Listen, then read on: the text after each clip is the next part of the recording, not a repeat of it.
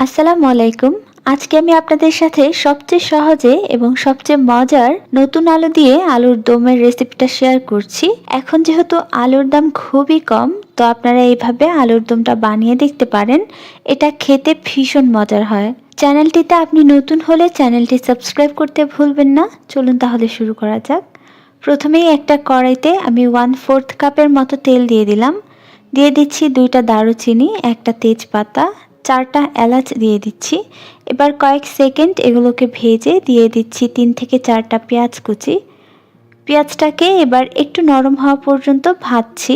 যখন হালকা নরম হয়ে যাবে তখন 2 টেবিল চামচ আদা বাটা দিয়ে দিচ্ছি। আর দিয়ে দিচ্ছি 2 টেবিল চামচ রসুন বাটা।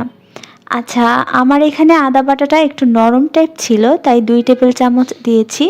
আপনাদের আদা বাটা যদি একটু শক্ত বা ঘন হয় তাহলে 1 টেবিল চামচ দিবেন। তো এইবার আদা রসুনটাকে একটু ভালো করে ভেজে নিয়েছি, এতে করে কাঁচা গন্ধ চলে যাবে। ভেজে একটু পানি দিয়ে দিচ্ছি 2 চা চামচ পরিমাণ মরিচের গুঁড়া, 1 চা চামচ পরিমাণ হলুদের গুঁড়া দিয়ে দিচ্ছি, 1 চা চামচ পরিমাণ গরম মশলার গুঁড়া, 1 চা চামচ জিরার গুঁড়া আর আধা চা চামচ দিয়ে দিচ্ছি ধনিয়া গুঁড়া। মশলাগুলোকে একটু মিশিয়ে নিচ্ছি।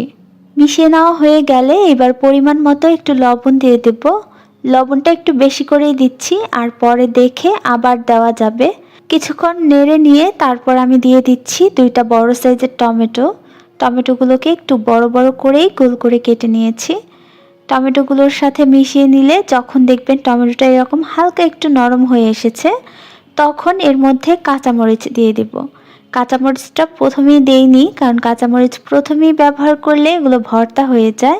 আর এইখানে আমি 1 কেজি পরিমাণ ছোট নতুন আলু নিয়েছি, সেদ্ধ করে তারপর এগুলো খোসা ছাড়িয়ে নিয়েছি, এগুলো দিয়ে দিচ্ছি। এখানে 1 কেজি আলু রয়েছে। তো এগুলোর সাথে মশলাটাকে খুব ভালো করে একটু মিশিয়ে নিচ্ছি। এই পর্যায়ে আমরা আর এখানে পানি ব্যবহার করব না, আলুগুলোকে আমি একদম ভালোভাবে সিদ্ধ করে নিয়েছি। পানি ছাড়া এখন মশলার মধ্যে আলুগুলোকে একটু ভেজে নিতে হবে। 4 থেকে 5 মিনিট এই আলুগুলোকে ভাজবো মিডিয়াম হাই আছে।